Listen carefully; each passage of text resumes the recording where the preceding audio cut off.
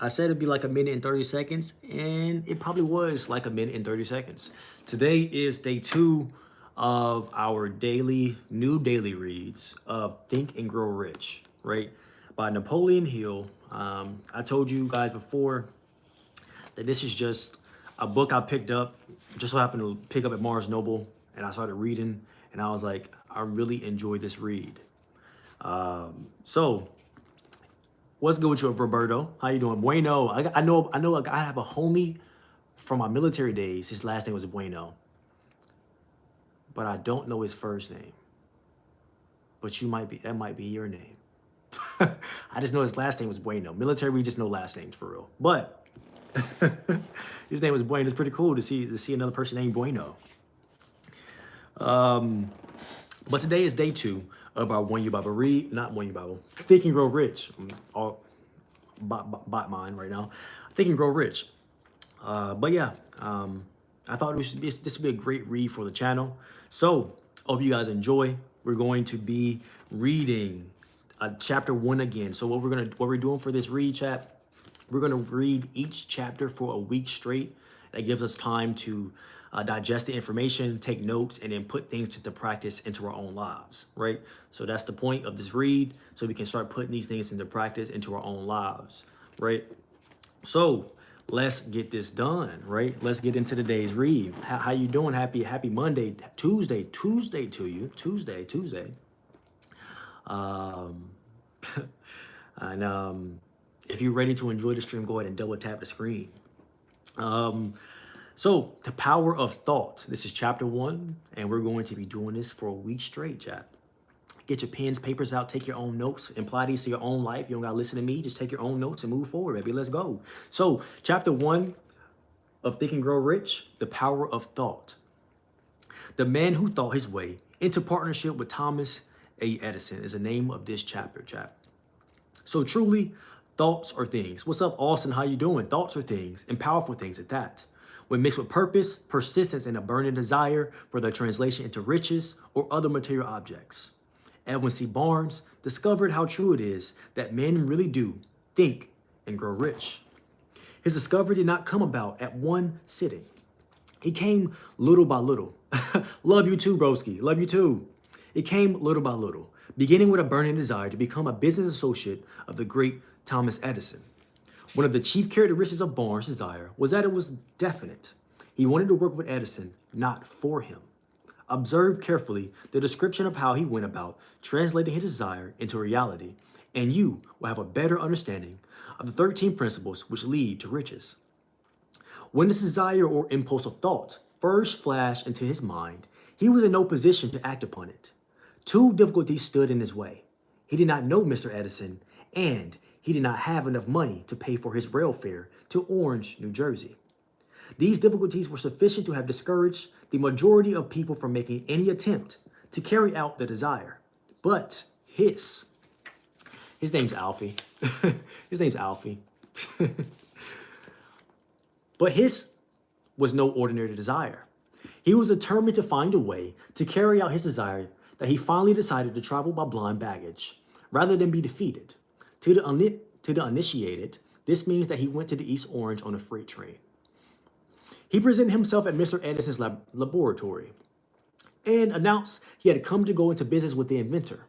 In speaking of the first meeting between them years later, Mr. Edison said, "He stood there before me looking like an ordinary tramp, but there was something in the expression of his face which conveyed the impression that he was determined to get what he had come after. I had learned from years of experience with men that when a man really desires a thing so deeply that he is willing to stake his entire future on a single turn of a wheel, in order to get it, he is sure to win. I gave him the opportunity he asked for because I saw he had made up his mind to stand by until he succeeded. Subsequent events proved that no mistake was made. Just what young Barnes said to Mr. Edison on that occasion was far less important than what he thought. Edison himself said so. It could not have been the young man's appearance that got a misstart in the Edison office, for that was definitely against him. It was what he thought that counted. If the significance of this statement could be conveyed to every person who reads it, there would be no need for the remainder of this book. Barnes did not get his partnership with Edison on his first interview. He did get a chance to work with Ed in the Edison offices at a very nominal wage, doing the work that was unimportant to Edison. But most important to Barnes, it gave him an opportunity to display his merchandise where he intended his partner could see it. Baby, I'm gonna have to get you down real quick, okay? I have to get you down, okay? Because I cannot, it's hard to read like that. Appreciate it, Brody. When did you start YouTube channel? About a year ago today, actually. How old is he? He is 3 years old. Yeah, 3 years old. Be 3 years old this year. What's up, Niche? Welcome back. All right, now let's where we're at. Okay, let's read this last paragraph again. Barnes did not get his partnership with Edison on his first interview. He did get a chance to work in the Edison offices at a very nominal wage by doing work that was not important to Edison, but most important to Barnes. It gave him an opportunity to display his merchandise where his intended partner could see it. Months went by. Apparently, nothing happened to bring the coveted goal, which Barnes had set up in his mind as a definite major purpose. But something important was happening in Barnes' mind. He was constantly intensifying his desire to become the business associate of Edison. Psychologists have correctly said, when one is truly ready for a thing, it puts in its appearance. Barnes was ready for a business association with Edison. Moreover, he was determined to remain ready until he got that which he was seeking. He did not say to himself, well, what's the use? I guess I'll change my mind and try for a salesman's job. But he did say, I came here to go into business with Edison, and I'll accomplish this, and if it takes the remainder of my life. He meant it. What a different story people would have to tell if only they would adopt a definite purpose and stand by that purpose until it had time to become an all-consuming obsession. Maybe young Barnes did not know it at the time, but his bulldog determination, his persistence with a single desire, was destined to mow down all opposition and bring him the opportunity he was seeking. When the opportunity came, it appeared in a different form and from a different direction than Barnes had expected. That is, one of the tricks of opportunity.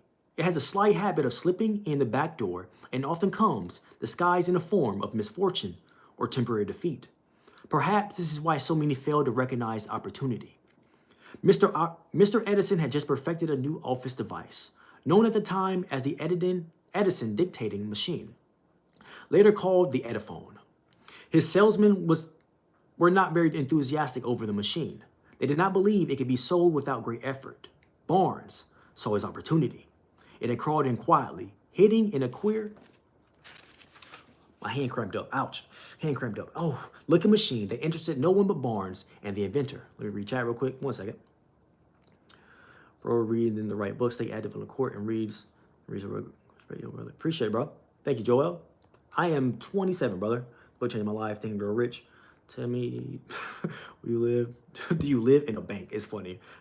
It's your birthday. You asked a lot of questions, Austin. How you doing? Tyler? Hey, I knew somebody was going to say that word, huh? Barnes knew he could sell the Edison dictating machine. He suggested this to Edison and promptly got his chance.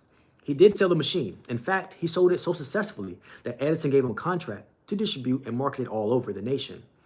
Out of that business association grew the slogan, made by Edison and installed by Barnes. This business alliance made Barnes rich in money, but he accomplished something infinitely greater. He proved that one really may think and grow rich. How much actual cash that original desire of Barnes was worth to him, I have no way of knowing.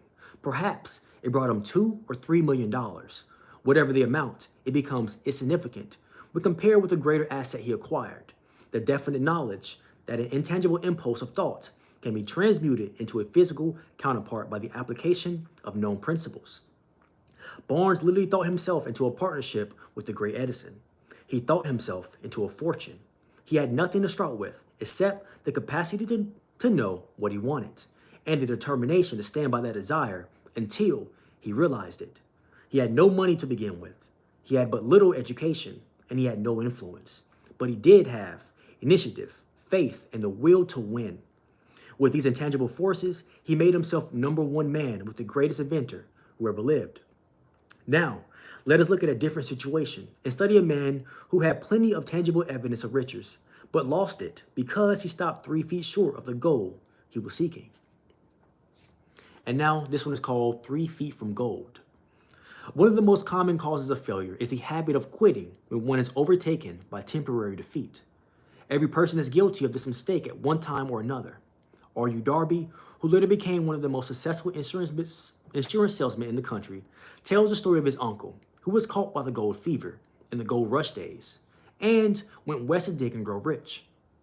He had never heard the saying that more gold has been mined from the brains of men than has ever been taken from the earth. He staked the claim and went to work with a pick and shovel. The going was hard, but his lust for gold was definite. After weeks of labor, he was rewarded by the discovery of shining ore. He needed machinery to bring the ore to the surface, so quietly, he covered up the mine, retraced his footsteps to his home in Williamsonburg, Maryland, and told his relatives and a few neighbors of the strike. They got together money for the needed machinery and had it shipped. The uncle and Darby went back to work in the mine. The first car of ore was mined and shipped to a smelter. The returns proved that they had one of the richest mines in Colorado. A few more cars of that ore would clear the depths. Then would come the big killings and profits. Down with the drills, up with the hopes of Darby and the uncle. And then something happened. The vein of gold ore disappeared. They had come to the end of the rainbow, and the pot of gold was no longer there. They drilled on, desperately trying to pick up the vein again, all to no avail. Finally, they decided to quit. They sold the machinery to a junk man for a few $100s and took the train back home. Some junk men are dumb, but not this one. He called in a mining engineer to look at the mine and do a little calculating. The engineer advised that the project had failed because the owners were not familiar with the fault lines. His calculations showed that the vein will be found just 3 feet from where the Darbys had stopped drilling. That is exactly where it was found. The junk man took millions of dollars in ore from the mine because he knew enough to seek expert help before giving up. Most of the money which went into the machinery was procured through the efforts of R.U. Darby, who was then a very young man. The money came from his relatives and neighbors because of their faith in him. He paid back every dollar of it, although he was years in doing so. Long afterwards, Mr. Darby recouped his loss many times over when he made the discovery that desire can be transmuted into gold. The discovery came after he went into business of selling life insurance. Remembering that he lost a huge fortune because he stopped 3 feet from gold, Darby profited by this experience in his chosen work. His simple method was to say to himself, I stopped 3 feet from gold, but I will never stop because men say no when I ask them to buy insurance. He owes his stickability to the lesson he learned from the quitability in the gold mining business. Before success comes to most people, they are sure to meet with much temporary defeat and perhaps some failure. When faced with defeat, the easiest and most logical thing to do is to quit. That is exactly what the majority of people do. More than 500 of the most successful people America has ever known told the author their greatest success came just one step beyond the point at which defeat had overtaken them. Failure is a trickster with a keen sense of irony and cunning. It takes great delight in tripping one up when success is almost within reach. And now, a 50-cent lesson in persistence. Shortly after Mr. Darby received his degree from the University of Hard Knocks and had decided to profit by his experience in the gold mining business, he had the good fortune to be present on an occasion that proved him that no does not necessarily mean no. One afternoon, after he was helping with his uncle grind wheat in an old-fashioned mill, the uncle operated a large farm on which a number of sharecrop farmers lived. One second, I need some water. Check my mouth is pretty dry.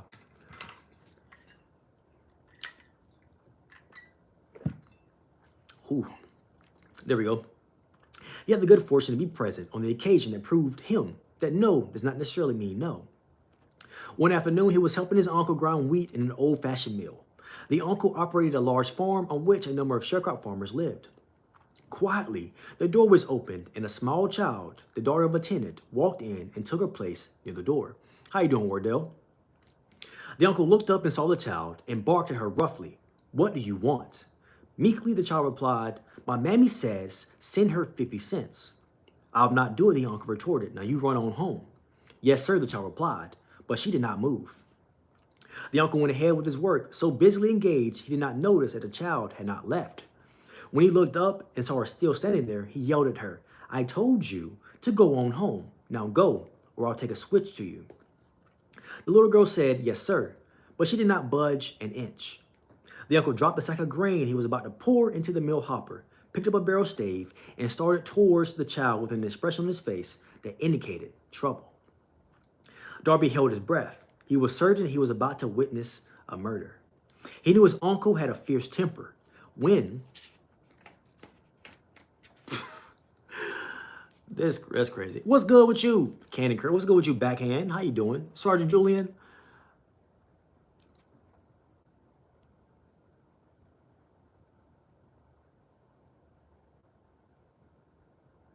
Goodbye, brother. Then, when the uncle reached the spot where the child was standing, she quickly stepped forward one step, looked up into his eyes, and screamed at the top of her shrill voice, "My mammy's gotta have that 50 cents. The uncle stopped, looked at her for a minute, and then slowly laid the barrel stave on the floor, put his hand in his pocket, and took out $50 and gave it to her. The child took the money and slowly backed towards the door, never taking her eyes off the man whom she had just conquered. After she had gone, the uncle sat down on a box and looked out the window into a space for more than 10 minutes. He was pondering with awe on the whipping he had just taken. Mr. Darby, too, was doing some thinking. Hey, how you doing? Hi, hi, hi, hi, hi. As well. Mr. Darby was too thinking. That was the first time in all his experience that he had seen a child of a sharecropper deliberately master an adult authority figure. How did she do it? What happened to his uncle that caused him to lose his fierceness and become docile as a lamb? What strange power did his child use that made her master over her superior? These and other similar questions flashed into Darby's mind, but he did not find the answer until years later, when he told me the story. Strangely, the story of this unusual experience was told to the author in the old mill, on the very spot where the uncle took his whipping. As we stood there in the musty old mill, Mr. Darby repeated the story of the unusual conquest and finished by asking, "What can you make of it? What strange power did a child use that so completely whipped my uncle?" The answer to his question would be found in the principles described in this book. The answer is full and complete. It contains details and instructions sufficient to enable anyone to understand and apply the same force that a little child accidentally stumbled upon. Now keep your mind alert and you will observe exactly what strange power came to the rescue of the child. You will catch a glimpse of this power in the next chapter. Somewhere in the book you will find an idea that will quicken your receptive powers and place at your command for your own benefit, this same irresistible power. The awareness of this power may come to you in the first chapter, or it may flash into your mind in some subsequent chapter. It may come into the form of a single idea, or it may come in the nature of a plan or a purpose. Again, it may cause you to go back into your past experiences of failure or defeat and bring to the surface some lesson by which you can regain all that you lost through defeat. How you doing, Linda? How you doing? Hey, how you doing, Linda? Glad to see you again. After I had described to Mr. Darby the power unwittingly used by the little child, he quickly retraced his 30 years of experience as a life insurance salesman, and he frankly acknowledged that his success in that field was due, in no small degree, to the lesson he had learned from the child. Mr. Darby pointed out, every time a prospect tried to bow me out without buying, I saw that child standing there in the old mill, her big eyes glaring in defiance, and I said to myself, I've got to make this sell. The better portion of all sales I have made were made after people had said no. He recalled, too, his mistake in having stopped only 3 feet from gold. But, he said, that experience was a blessing in disguise. It taught me to keep on keeping on, no matter how hard the going may be, a lesson I needed to learn before I could succeed in anything. This story of Mr. Darby and his uncle, the sharecropper's child, in the gold mine would doubtlessly be read by hundreds of people who make a living by selling life insurance. To all of these, the author wishes to offer the suggestion that Darby owes to these two experiences his ability to sell more than $1 million of life insurance every year. Ooh, that's a lot. Life is strange and often imponderable. Both the successes and the failures have their roots in simple experiences. Mr. Darby's experiences were commonplace and simple enough. Yet, as he held the answer to his destiny in life, they were as important to him as life itself.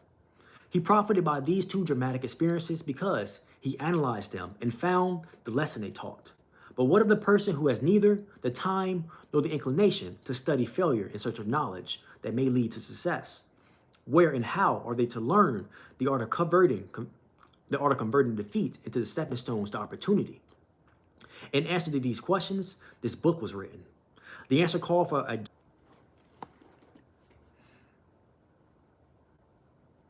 I don't even know what's supposed to mean. Map is as a root. Sorry, chat, my phone died on 5%. I got my charger though. Sorry about that. My phone died on 5%. That's ridiculous. Okay, let's keep reading though, chat, right? One sound idea is all you need to achieve success. Let's start from the answer call for a description of 13 principles. That's where we're gonna start from. Okay, in answer to these questions, the book was written. The answer called for a description of 13 principles. However, as you read, remember as you read that the answer you may be seeking to the questions which have caused you to ponder over the strangeness of life may be found in your own mind. Some idea, plan, or purpose may spring into your mind as you read. One sound idea is all you need to achieve success. The principles described in this book contain the best and most practical ways and means of creating useful ideas. Before we go any further in our approach to the description of these principles, we believe you are entitled to receive this important suggestion. And this is all caps, right? When riches begin to come, they come so quickly in such great abundance that one wonders where they have been hiding during all those years of leanness.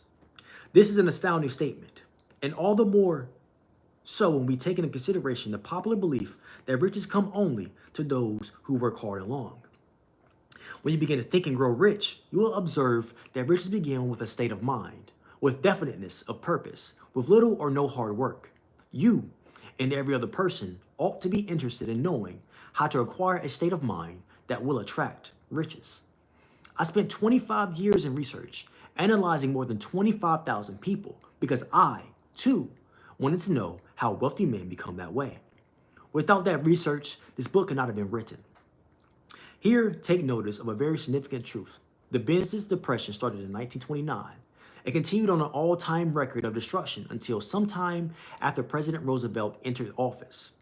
Then the depression began to fade into nothingness. Just as an electrician in a theater raises the lights so gradually that darkness is transmuted into light before you realize it, so did the spell of fear in the minds of people gradually fade away and become faith. As soon as you master the principles of this philosophy and begin to follow the instructions for applying those principles, your financial status will begin to improve. Everything you touch will begin to transmute itself into an asset for your benefit. Impossible? Not at all. One of the main weaknesses of mankind is the average person's familiarity with the word impossible. He knows all the rules that will not work. He knows all the things that cannot be done. This book was written for those who seek the rules that have made others successful and are willing to stake everything on those rules. A great many years ago, I purchased a fine dictionary. The first thing I did was turn to the word impossible and neatly clip it out of the book. That would not be an unwise thing for you to do too. Success comes to those who become success conscious. Failure comes to those who indifferently allow themselves to become failure conscious. The object of this book is to help all who seek it learn the art of changing their minds from failure consciousness to success consciousness. Another weakness found altogether, too many people is a habit of measuring everything and everyone by their own impressions and beliefs. Some who read this will believe that no one can think and grow rich. They cannot think in terms of riches because their thoughts, habits have been steeped in poverty, want, misery, failure, and defeat. Millions of people look at achievements of Henry Ford and envy him for his good fortune, or luck, or genius, or whatever it is they credit for Ford's fortune.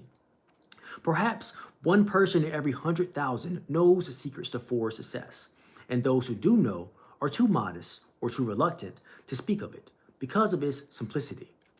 A single transaction will illustrate the secret perfectly.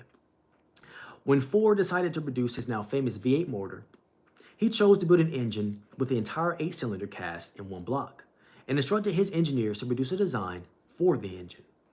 The design was placed on paper, but the engineers believed it was simply impossible to cast an 8-cylinder gas engine block into one piece. Ford said, "Produce it anyway." But they replied, "It's impossible." "Go ahead," Ford commanded, and stay on the job until you succeed, no matter how much time is required. The engineers went ahead, as there was no other option if they wanted to remain on the Ford staff. 6 months went by and nothing happened. Another 6 months passed and still nothing happened. The engineers tried every conceivable plan to carry out the orders, but the thing seemed out of the question, impossible. At the end of the year, Ford checked with his engineers, and again they informed him they had found no way to carry out his orders. Go right ahead, said Ford. I want it, and I'll have it. They went ahead, and then, as if by a stroke of magic, the secret was discovered. The Ford determination had won once more. This story may not be described with many accuracy, but the sum and substance of it is correct. Deduce from it, you who wish to think and grow rich. The secret of the 4 millions, if you can. You'll not have to look very far.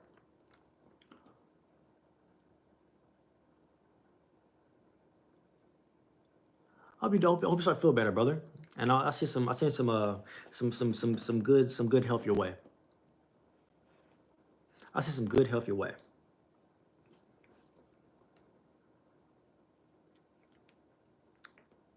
And it's no problem, bro. No problem. It's no problem, no problem. Just good to see you again. Good to see you again. Now, Henry Ford is a success because he understands and applies the principles of success.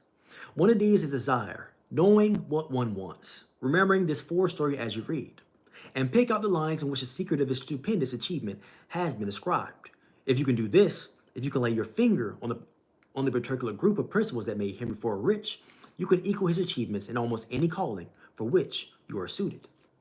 And this is italicized, chat. The Henry Ford of the late 20th century was Bill Gates. Just as Ford revolutionized the transportation industry by creating a car that almost anyone could afford and drive, Bill Gates transformed the computer industry by designing software that enabled everybody, not just the specialized technocrats, to be able to use computers, and later making the personal computer a virtual necessity in every office, school, and home. This resulted in Bill Gates accruing billions of dollars and becoming the richest man in America. He first became entranced with computers and began programming them at the age of 13. In 1973, he entered Harvard University, where he lived down the hall from Steve Ballmer, now Microsoft's chief executive officer. While at Harvard, Gates developed a version of the programming language BASIC for the first microcomputer. Gates was so absorbed in his dream of building a software company that he left Harvard to devote his energies to fulfilling it. A few years earlier, he and his childhood friend Paul Allen had formed the company Microsoft as a vehicle for this endeavor.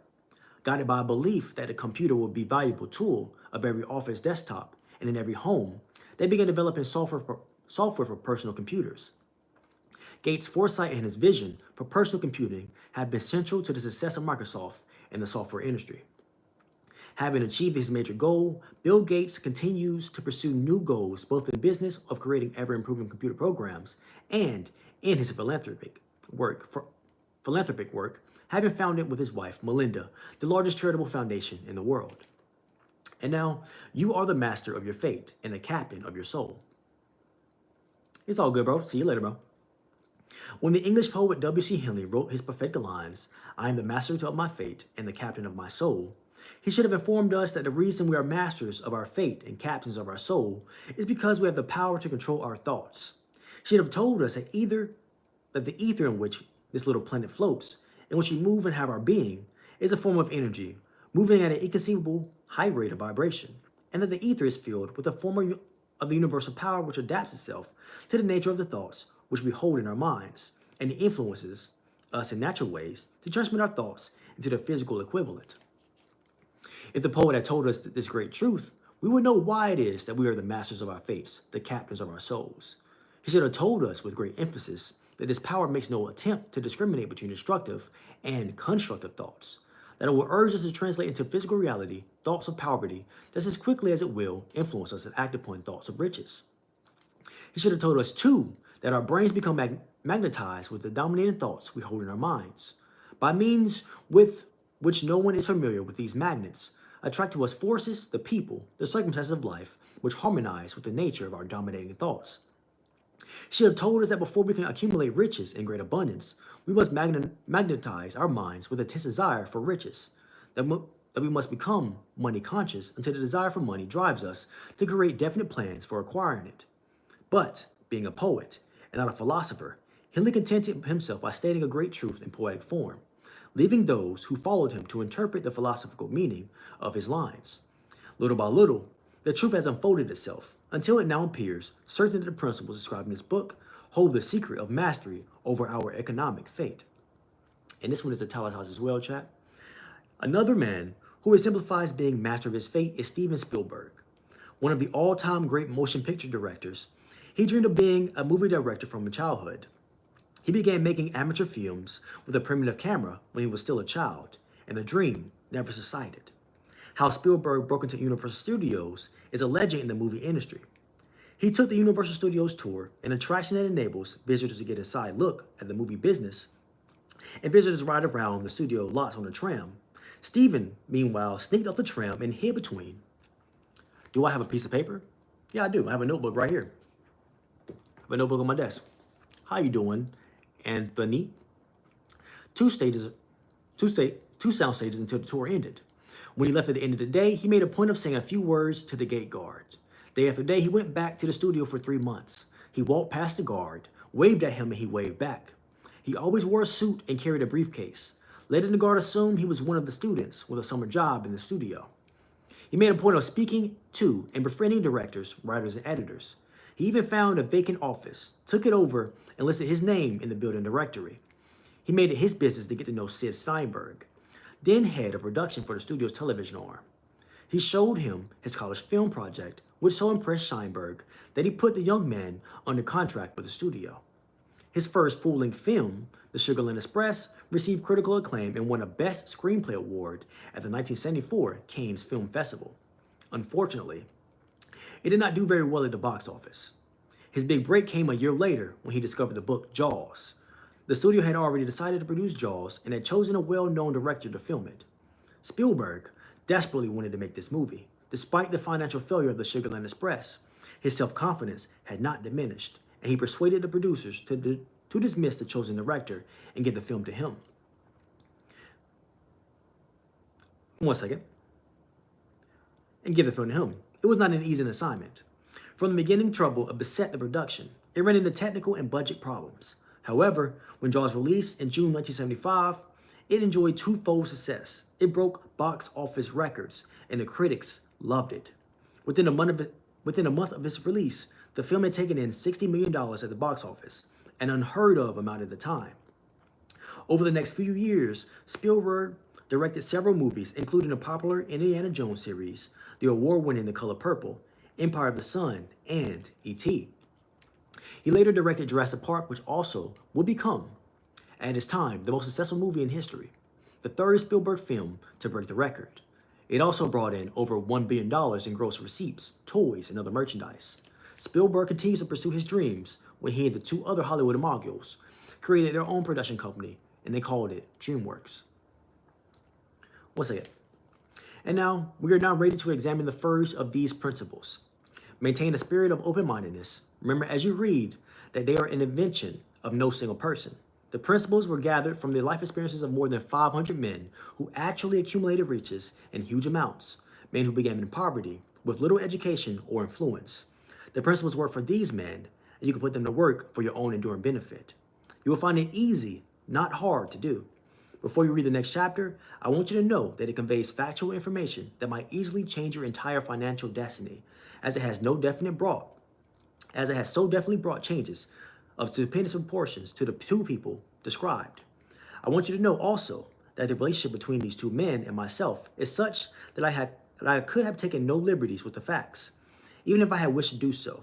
One of them has been my closest personal friend for almost 25 years. The other is my own son.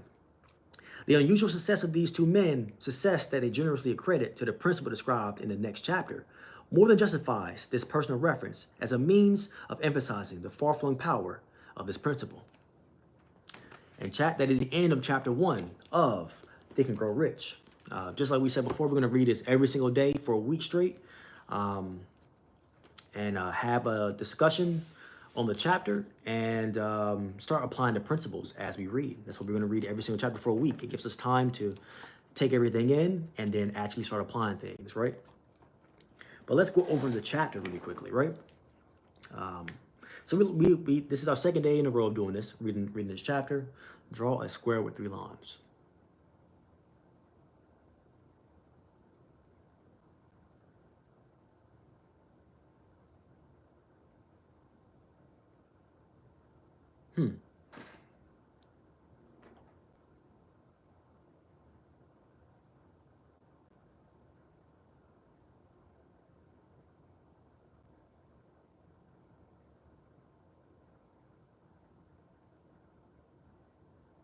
Let's look. That's not a pyramid. Pyramid has 4 sides. Okay.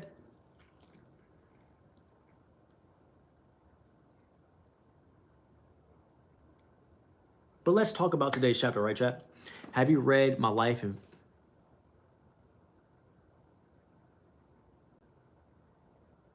Is this a real book? Is that a real book?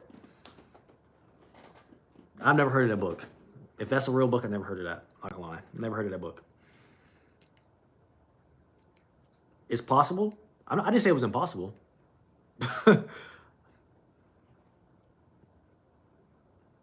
I never said that.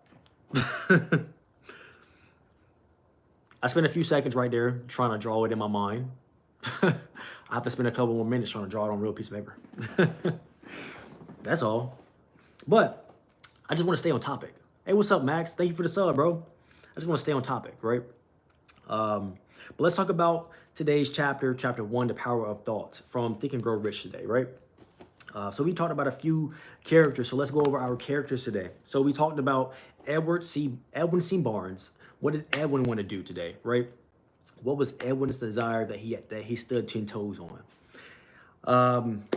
Edwin's desire was to work with Thomas Edison, not work for, right? But who else did we talk about today? We also talked about the Darbys, right? Here we go. We talked about the Darbys. What happened with the Darbys, right? What lesson did we learn from the Darbys today? So the Darbys, the Uncle Darby, right? He stopped 3 feet short of his goal, right? But he learned from his mistake. We just talked about that earlier in our When Your Bible read, learning from your mistakes, right?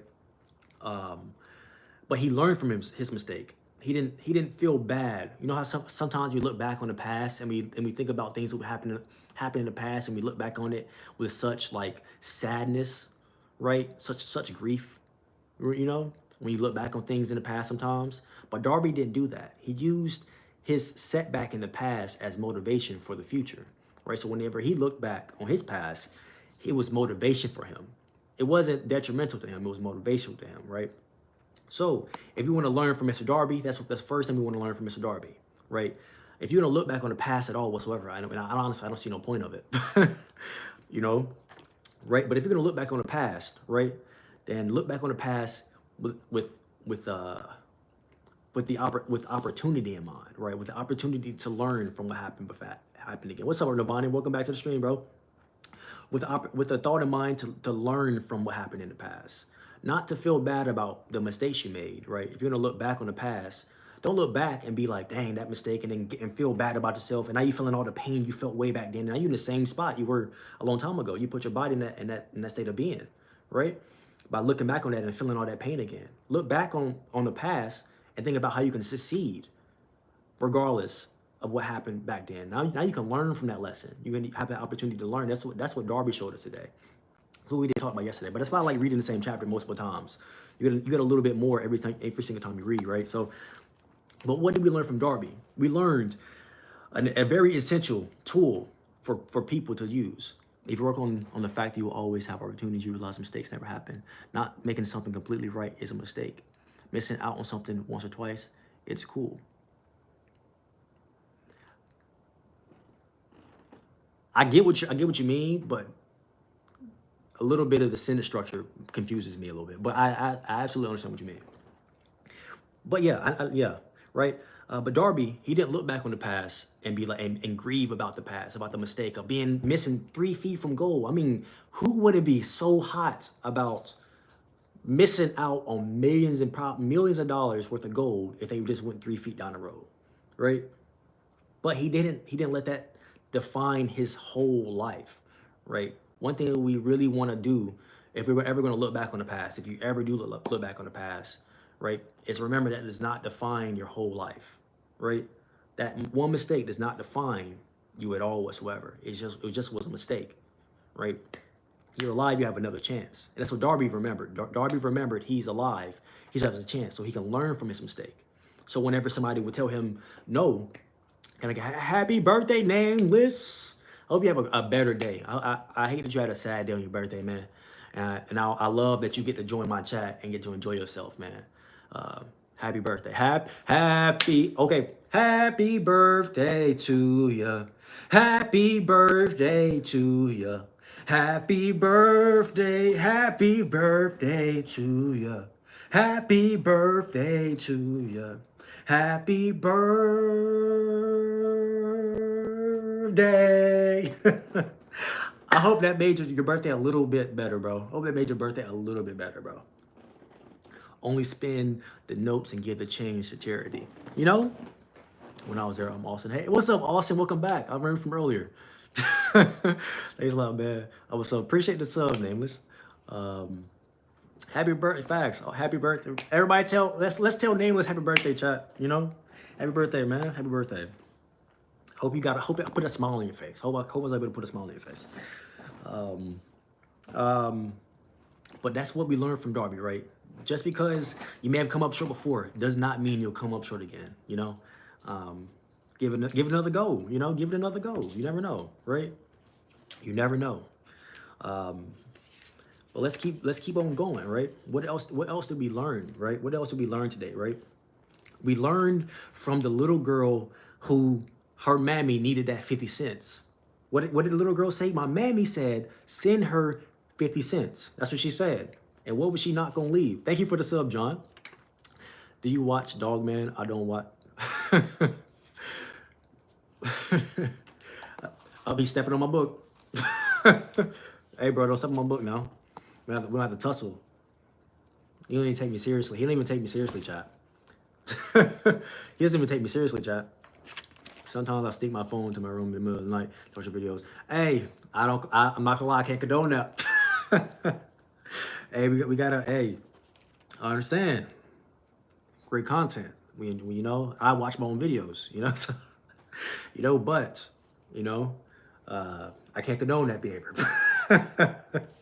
Oh man, don't leave me my eyeball, please. Ever had time in your life when you like forgot to say grace or pray or anything like that, forgiveness or like help with a hard situation? Yeah, for sure. I feel like everybody comes into situations like that. You know, we get caught up in everyday life, right? Everybody gets caught up in life, right? Life gets kind of a lot sometimes, you know, and life can be kind of a lot sometimes, right? So sometimes, yeah, it does, you know, it does happen. But then when you give your time, when it comes to your mind, don't feel bad that you forgot in the past. Just go do it now. You know, don't feel bad about making a mistake before. Decide to go. The correct thought came into your mind, so just move forward with the correct thought that came into your mind. You know, you thought about correcting yourself, so just go do it right now. That's it. You know, don't get caught up on the fact that you made a mistake before, or you forgot to do something before, or something was left out before. Just if it comes to your mind, go do it now. You know, go do it now, right? That's your opportunity. That's your opportunity right there. Opportunity to show itself, right? And we're gonna get right into that here shortly, right? We're gonna get into that here shortly when we go back over Barnes' story. But right now we're talking about the child who came up to Mr. Darby's uncle, in that what's up, Nirvana? What's up, Nirvana? I need to read your chat real quick. But the little child said, my mammy needs her 50 cents, right, chat? Said, my mammy need her 50 cents. And she was not taking no for an answer, right? Now this is very situational. I want this to be very clear. I want this to be very clear, very clear statement I'm about to make right now. I want this to be very clear right now, right? You know, when I make this statement right here, this is very a situational statement I'm about to make. No does not always mean no. You know, this is a very situational statement. Oh man, but the little girl did not take no for an answer in the situation, right? And she stood there because she knew that she could not leave without that 50 cents. She had to get that 50 cents. And that's the type of determination we need when we have a goal in mind. I cannot leave until this goal is accomplished, right? I'm determined Some pets for me? All right, I got you. I got you. Some pet. You got some pets. You got some pet shout outs, you know? But sometimes we can't take no for an answer, right? Sometimes you have to move forward. Sometimes you have to steadfast. You have to stay steadfast, right? In your beliefs. Sometimes you have to do that. Sometimes that is what's demanded of you to do, right? Say thank you, baby. Right? Sometimes you have to stay steadfast in your beliefs and stay steadfast in your faith. Because that's what you need to do. That's how you get around that corner that you're trying to get around, right? You have to stick to it. What's up, Nirvana? What's up? You know? So sometimes you have to stick to your beliefs. You have to stick to it. And honestly, not sometimes. You just have to stick to your beliefs. You know? So the statement that I made, I want to know this is very situational. I just want to know. It doesn't apply to every situation, but you know, yeah, right. That's pretty good laugh. I'm not gonna lie, it's a pretty good laugh. But the little girl, she stood up for herself. She stood up in that situation where a lot of people would have folded. Everybody was scared of Mr. Darby's uncle. They didn't want to be in his presence. Whenever he said get out, they probably left. He probably never, Mr. Darby, the nephew, never saw anybody stand up to his uncle before, right? But the little girl, a little child, had the audacity to stand up to his uncle. He couldn't believe why that would happen. What made the little girl do it? But the little girl was determined, with determination will. She was determined to succeed no matter what happened. Even when the uncle came with the belt, was ready to give her a whooping, she still didn't leave. She still didn't leave. She stood there. She stayed there, right? And sometimes we end up in a place where it's like I want to give up. It's like I want to give up. Like I understand why it's taking so long. But you have to. It's in that situation. You need to stay fast. Stay steadfast in your beliefs, your faith, and around that corner is right there. What do we read? The most successful people in the world, their success came right after they thought they were about to fail. They thought it was the end of the road, and then their success came right now, right? So let's take that. Let's keep that in heart, right? Let's keep that in heart, right? Let's keep on going through the book, though. Let's keep on going, right? Now let's talk about Mr. Henry Ford, the guy who created the craziest. Listen, bud, you making this hard. You making this. You know. But now let's talk about Mr. Henry Ford, right? And what did Mr. Henry Ford do? Mr. Henry Ford came up with the most affordable car that all the people could afford because he knew that it had to be done. Hey, no problem. No problem, Amos. You have a good one, man. Happy birthday to you. He knew that it had to be done, right? And when everybody believed that was impossible, he never changed. He never switched up. He didn't say, okay, let's do a different car then. No, he said, we're going to find a way. What's up with you, Savid? I would have to educate myself before I say anything. But we don't want anybody to be oppressed. I don't know that, but I don't want to speak out of turn. But what did Mr. Henry Ford, even though his engineers didn't see any way of it happening, right? They had no idea for how it was going to happen, no idea of how we were going to move forward. They didn't have any type of imagination to see it happening. He didn't change. He stuck to making it happening, right? Even if it took the whole year, even if they lost profits, even if anything happened, he stuck to it, right? And then his determination paid off, right? His determination paid off. Now, what are we learning from chapter 1 so far? Your determination will pay off. The determination to succeed. What was that one book you were talking about? That was your truck car? Yeah.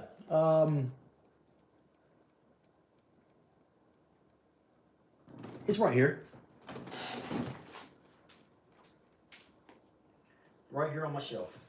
I keep it right here on the shelf. Not too far from me.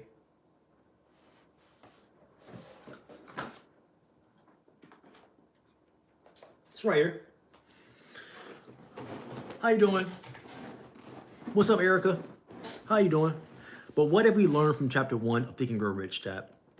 We learned that your persistence, your determination, and your will to push forward, no matter if somebody says, no, I don't think you can do it, or they may not support your ambition or your dream or your goal, your determination, and your determination to keep going forward and keeping the thought of in your head that you will succeed in the end is all you need, right?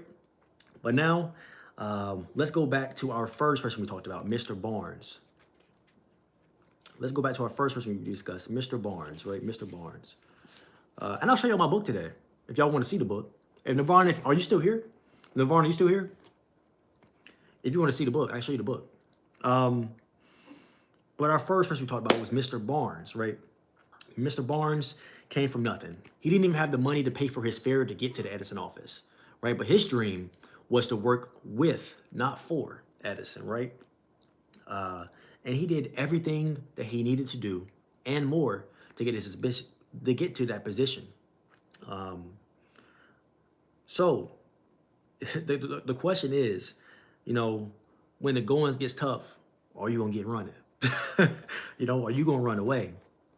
Right? Because sometimes, you know, the going does get tough. You know, sometimes the going does get tough, right? The going does get tough sometimes, right? But is that going to deter you from achieving what you think about, what you're thinking about achieving, right? We have so many examples in this chapter 1, and we're going to keep reading this all week. Big man, that's crazy, brother. I'm not even gonna hold you, man. I'm not even gonna lie. That's crazy, man. I'm not gonna lie. It's crazy coming here to tell another man to throw it back. Big man. To come here and tell another man to throw it back is crazy. It's insane. Not gonna lie. Insane. Oh, man.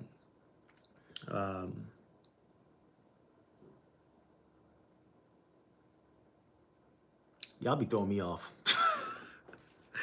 y'all be my train of thought. I'll be moving, and then I read throw it back. Now what if I threw it back? Now what if I started throwing it back viciously? You know, what if I started throwing it back viciously? You know. Oh man, it's funny. Oh man, it's funny. But right, so thank you for the hearts. Come here, baby. I'm gonna let y'all out here in a minute. Come, give me like 5 minutes. I'm gonna let y'all, okay? But Barnes was his whole. You're meant to see this because time is nearly up. Repent, veiled messenger. Oh man. Well, I've been praying every day, bro. I've been repenting. Appreciate that though.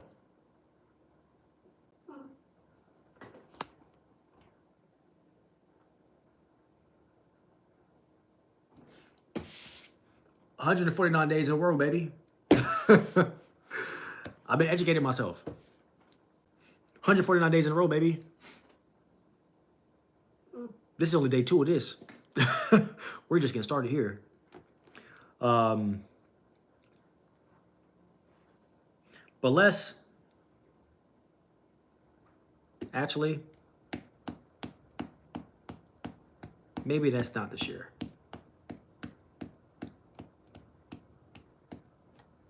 Maybe that's not to share. Not today. Not today though. Okay. But yeah, Barnes, right? So Barnes.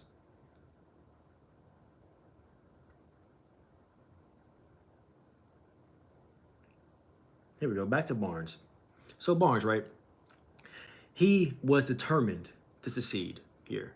He crossed the country to get to his goal, right? He had no money to get to his goal. So when he got his opportunity, right, he was dead set on sticking to his goal and that he had in his mind this whole time, right? How you doing, Overflow? Game over. When he got there, he got his opportunity. He was already dead set on his goal, right? He was already dead set on his goal. He was already dead set on achieving his goal, right? So when he got put in a position when he didn't get what he wanted immediately, you know how we love this instant gratification thing, right? When he didn't get what he wanted immediately, he didn't throw in the towel. He just did what he had to do for the time being. Sometimes you got to do what you got to do for the time being, right? It's building your muscles. It's getting you ready for the moment, right? Sometimes you got to build your muscles up. Not even sometimes, all the time. All the time you gotta build your muscles up, right? Just so you're ready when the time is when the time is here. So what did he do? What did Barnes do? He didn't complain. He didn't throw his hands in the air and say, "Man, why am I doing this menial work? Why am I not already at my goal already?" He put his head down. He did his job for the time, and when it was time for him to shine, he was ready for his moment, right? Now, this is a great story and a great lesson for everybody. Everybody. Are you getting ready for the moment, right? Are you preparing for the moment? Are you getting ready for the moment? If you have a goal, are you preparing for the moment, right? It's a moment coming, especially if you have a goal and you're determined to succeed in that goal. So, if you're determined for that goal, are you preparing for the moment? Barnes prepared for the moment. He kept the moment in his mind. He did not let anything deter him and anything deter him that was happening. So now, are you preparing for the moment? You gotta keep the success in your mind. You gotta say, even if it's not what you want to be doing right now, this is not the end. It's not the end of your journey. So prepare for the moment, right? That's a great thing to remember from Barnes. He did not. There's probably no way that anybody thought he was gonna be able to succeed and achieve his goal, but he did. He did, and that's all that matters. Success, success does not require any apologies, right? When you succeed, there is no reason to apologize to anybody, you know. And failure has no alibis, right? You almost got me. I almost said it. That's an old one though. That's an old one. I already know that one, right? But success owes no one any apologies, and failure has no alibis, right? So, and that's a quote from this book. I'm not even gonna claim that as my own. That's a bar though, because I wrote it in my notes because I was like, that's a bar, right? But so, are you preparing for success? What are we talking about? We're talking about chapter 1 of Think and Grow Rich. We read this today. We're doing this we're doing the whole book, but we're reading each chapter for a week straight so we can learn as we read, take notes, and then apply the principles to our everyday life, right? I feel like if you read for one day and then go to the next chapter, you're not really learning, you're just reading, right? So reading every chapter for a week straight, applying those principles. How you doing, outdoor kids? Applying those principles and then taking notes, you're able to in an easier fashion, apply those same things to your life if you so choose to, right? So that's why we're choosing to do every single chapter for a week straight. But yeah, so yeah, Barnes didn't give up. Are you? And that's how we're going to end today's stream, chat. That's how we're going to end today's stream. I was going to do something else, but it's not for today. So we're not going to share that today. Now, let's wrap up the stream. If you've never seen this outro before, it's your first time to see it. We all got that limitless score, baby. I appreciate you. I might even love you, but I'm for sure glad you woke up today. Thank you for giving me the most valuable thing you could have given me, which is you look sick, man. Are you good? Nah, bro. I just got bags on my eyes, bro. It's just like, I'm not gonna lie, like they just kind of be there. They just kind of be there, bro. I feel fine though. But you made me forget what I was. Let's hit it one more time though. We got that limitless score, baby. I appreciate you. I might even love you, but I'm for sure glad you woke up today. I appreciate you. I might even love you, but I'm for sure glad you woke up today. Said it twice because I meant it. Thank you for giving me the most valuable thing you could have given me, which is your presence, which is you. Because that's the most valuable thing you could have given me, and I really do appreciate that. Thank you for all the subs today. Thank you for the likes on the stream, and just thank you for spending some time with me. I really do appreciate it. Yeah, I do. I definitely do. I definitely appreciate it, man. So, yeah, it's time to slide today. It's another daily read though. We did 149 of our 1 year Bible, and we did day 2 of Think and Grow Rich. If you want to join the channel and join us for our reads every single day and our discussions that we have here on the channel in the chat, or just for our basketball content or for the food content or whatever we do on the channel, subscribe, turn on noties, and that's it, man. That's it. I hope you have a great rest of your day, great rest of your night, and I'm gonna see you next time. Peace. Peace.